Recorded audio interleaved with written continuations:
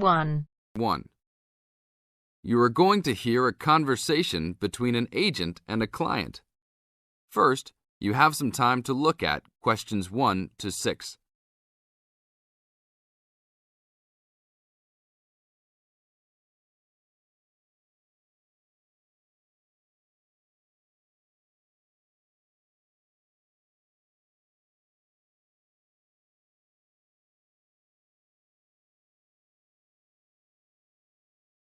Now listen to the tape and answer the questions. Hello? Hi, good morning. Are you open yet? Yes, we are. Come in. Would you like to rent an apartment in the city? Well, kind of. I'd rather rent one near the harbor if possible. Oh, okay. Do you like the water? Yes, I do, but I actually repair sailboats for a living, so I'd like to be close to work. That's understandable. We all want to live close to work. Well, I think I have something near there. How many rooms would you like? Just one. I'm alone. But I would like to have an extra room for my dog. So you'd like 2 rooms and an apartment that accepts animals. Here's one. It's 1 block up from the harbor and renting for $445. How's that? That's perfect. Just what I was hoping to pay. What floor is it on? Floor? Oh, it's on the 12th floor. That's too high. I'd like to be on the 1st or 2nd floor so that I don't have to use the elevator. My dog, he's scared of them. Oh, well then, that's a little more complicated. Let me make a few calls. Okay, I think I found a couple more for you. Here's one that might suit your needs. How much? $395 a month. That's cheap. But it's only a 1-bedroom, a large one, but it's still just 1 room. Oh, well, regardless of whether the room is small, I still need a separate room for my dog. What else do you have? Then I have a 2-bedroom for $565 on the 2nd floor that is a little further away from the harbor. How far? About a half mile, and they accept pets. That's a little more than I had planned on paying, but I guess I could look at it. What's the address?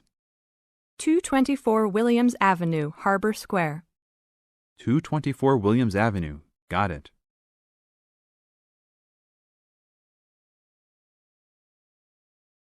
Now look at questions 7 to 10.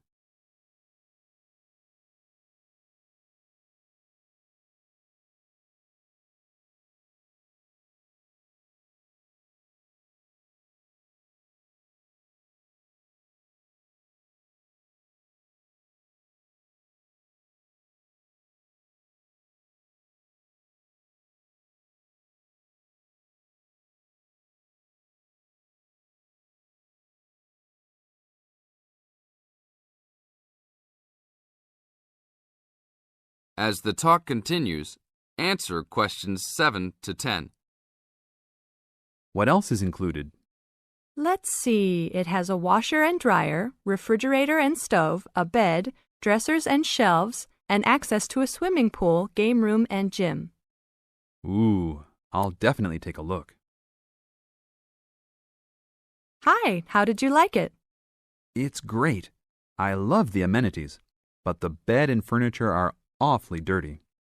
Can they replace those before I move in? Sure, that shouldn't be a problem. Anything else? Yeah, I didn't see anywhere to park my car. Is there a parking lot in the basement?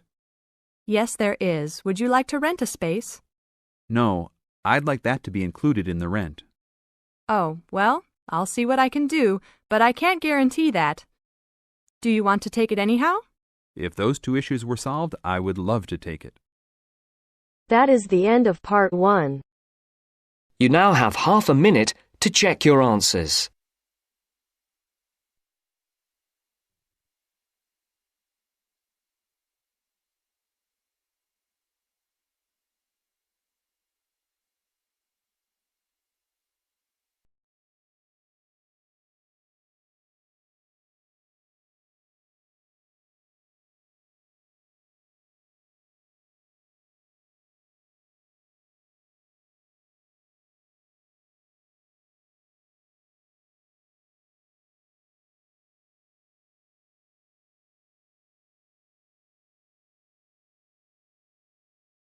Now turns to Part 2. Part 2. Everyone knows that we have achieved a huge amount in terms of space exploration. First, you have some time to look at questions 11 to 16.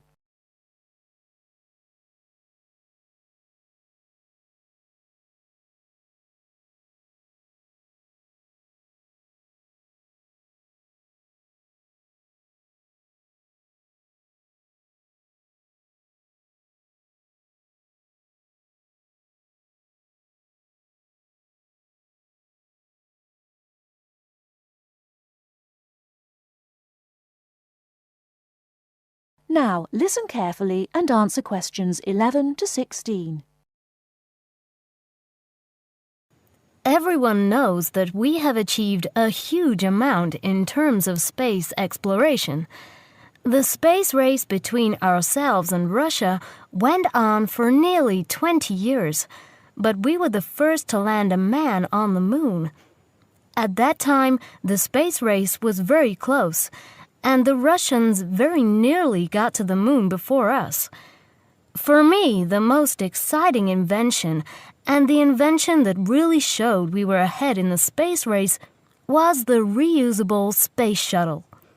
It was first successful in 1981 and has since been used on many missions. The reusable shuttle can carry astronauts on space missions and can serve as a laboratory in which to conduct experiments. It can be used to transport equipment to space stations or to collect or repair satellites. The shuttle carries between 5 and 7 crew members. When a mission is complete, the shuttle fires thrusters, which propel it back into the Earth's atmosphere. It then glides down to make its landing. Before you hear the rest of the talk, you have some time to look at questions 17 to 20.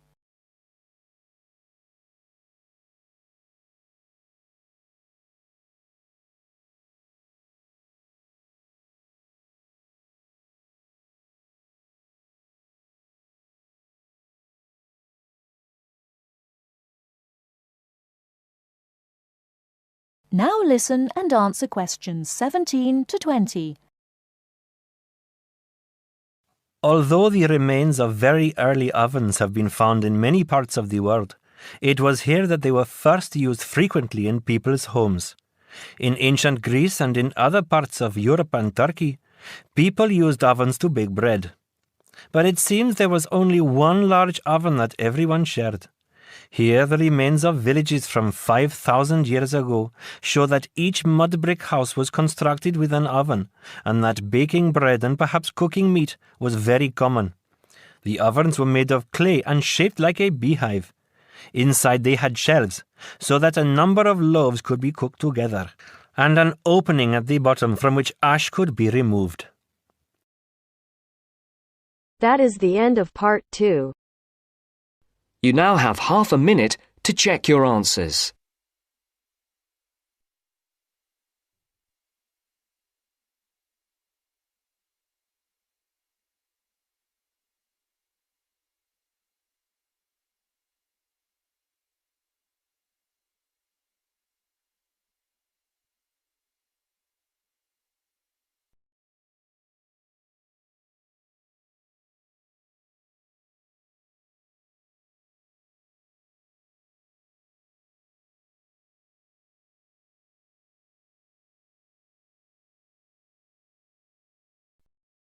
Now turns to Part 3. Part 3. You will hear a discussion between two work colleagues and their manager about the restructuring of their company. First, you have some time to look at questions 21 to 25.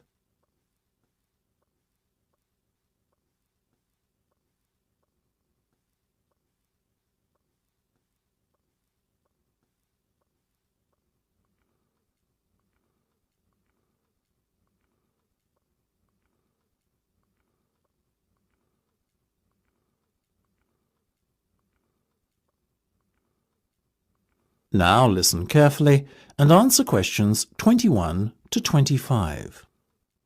Come in, both of you. I believe you wanted to talk to me about something, is that right? Yes. Basically, all the staff are concerned about what the restructuring of the company is going to mean for them.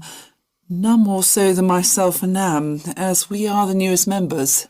As I said to all staff at the meeting last week, there's no cause for concern.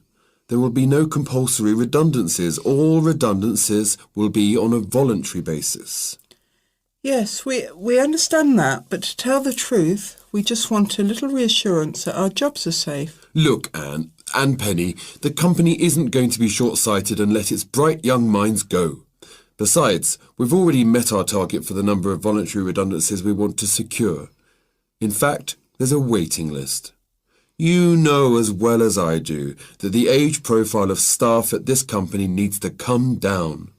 A lot of our employees are close to retirement age and are just going through the motions until they can take their pensions. That's why we decided on this redundancy initiative. We want to encourage those that would be happy to leave to do so and employ younger, more motivated staff. I guess that makes us feel a little better, but we're also worried about the upcoming salary review. What will it mean for us? Given the fact that the company's motivation for this restructuring initiative is not to cut costs, you needn't be worried that there will be a negative effect on your salaries. We are running a very profitable business and we will reward our top performers in the upcoming review. Both of you fall into that category, so you can expect a healthy bonus and salary increase. Simple as that. That's good to know. Another thing on our minds was the fact that with all these voluntary redundancies happening in the next few months, there will be a lot of positions opening up higher in the company. What we were wondering is, will the recruitment drive be an internal or an external one? Obviously, we will recruit internally where possible. That has always been company policy. So, if you're asking me will there be opportunities to gain a promotion in the near future, then the answer is very definitely yes. The type of candidate we would be looking for has a proven track record and is performance-driven. How can we improve our chances of getting promoted then when the opportunity arises? Well, in the meantime, be prepared to take on additional responsibilities, especially those relating to the management of other members of staff. Obviously, the higher up you go in the company, the more involved you'll be in managing people. What the management team is looking for then is proof that you can work effectively with and manage other members of staff. Before you hear the rest of the discussion, you have some time to look at questions 26 to 30.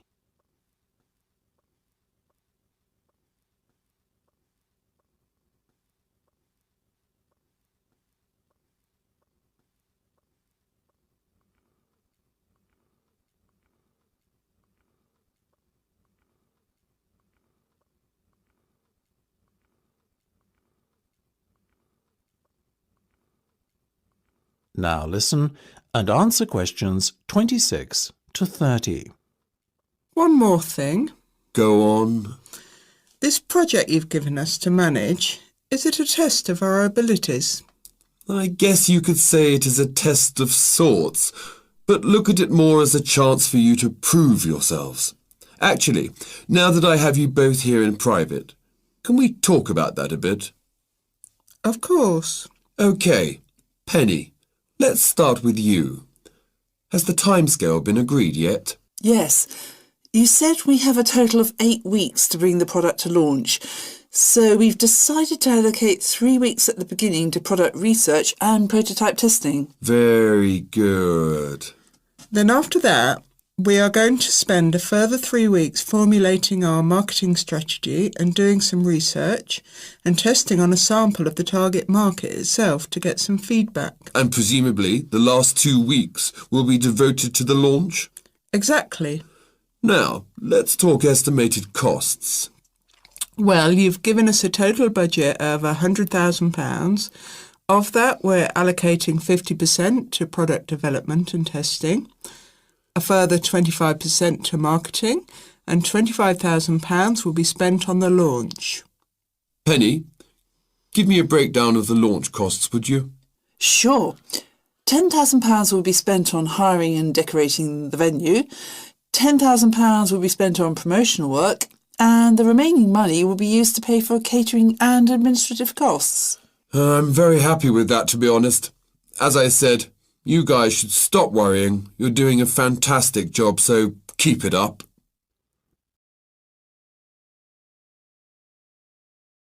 That is the end of part 3.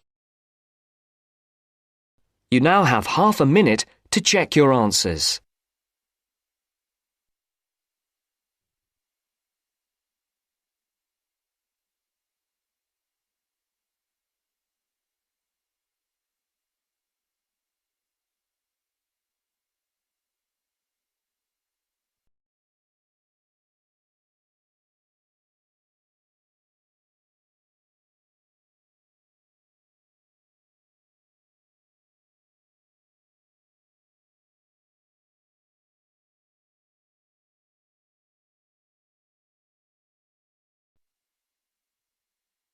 Now turns to part 4.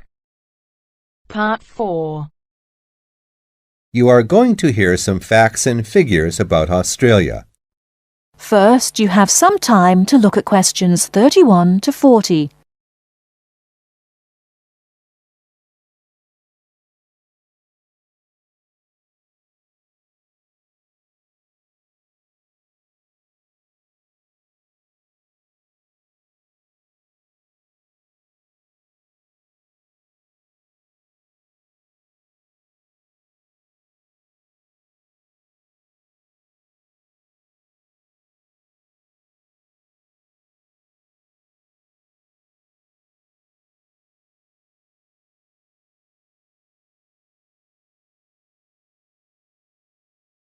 Now listen carefully and answer questions 31 to 40. Now, I should tell you that the country of Australia is made up of 6 states and 2 territories. These are the Australian Capital Territory, New South Wales, the Northern Territory, Queensland, South Australia, Tasmania, Victoria, and Western Australia. The national capital is Canberra. Right, let's turn to the Australian economy. Australia has a prosperous Western-style capitalist economy. Australia is a major exporter of agricultural products, minerals, metals, and fossil fuels. Commodity prices have a big impact on the economy. Australia suffered from the low growth and high unemployment typical of the OECD countries in the early 1990s, but the economy has expanded at reasonably steady rates in recent years. In addition to high unemployment, short-term economic problems include how to balance output and inflation and how to stimulate exports. The economy is made up like this: agriculture, 3.1%, industry, 27.7%, services, 69.2%. The labor force has a similar pattern. The total labor force is 8.2 million. 34% work in finance and services, 23% work in public and community services, 20% work in the wholesale and retail trade, 17% work in manufacturing and industry, and 6% work in agriculture. What are the chief industries of Australia? They are mining, industrial, and transport equipment, food processing, chemicals, and steel. What are Australia's main agricultural products? They are wheat, barley, sugarcane, fruit, cattle, sheep, and poultry. And who do we sell our products to? At present, our chief export market is Japan, which takes 24% of our exports. After that, South Korea takes 8%, and New Zealand and the U.S. each take 7%. In years to come, however, we expect China to become a significant trade partner. China already supplies 5% of Australia's imports. This is the same amount as New Zealand. Meanwhile, we take 1/5, in fact 22% of our imports from the US, 17% from Japan, and 6% from the UK. So what sort of things does Australia import? Well, we import a lot of machinery and transport equipment, especially computers and office machines, also telecommunications equipment, and in addition we have to import oil and petroleum products. So let's move to the subject of communications in Australia. We have an estimated 8.7 million telephones and 9.2 million televisions. There are some 134 television broadcast stations and 325 radio stations. The related subject of transport is naturally very important in such a big country as Australia. Let's look at highways first. There are two kinds of highways, paved and unpaved. Paved highways are regular roads with a permanent surface. But actually, we have more unpaved highways, around 60%, than paved, when all the country roads are included. In addition, Australia has a railway network of over 38,000 kilometers. But you'll probably find it hard to believe how many airports we've got. 10? 20? 50? No, the total is 443. Of course, this includes many short runways on farms and in the outback. There are only 9 airports with runways of more than 3,000 meters.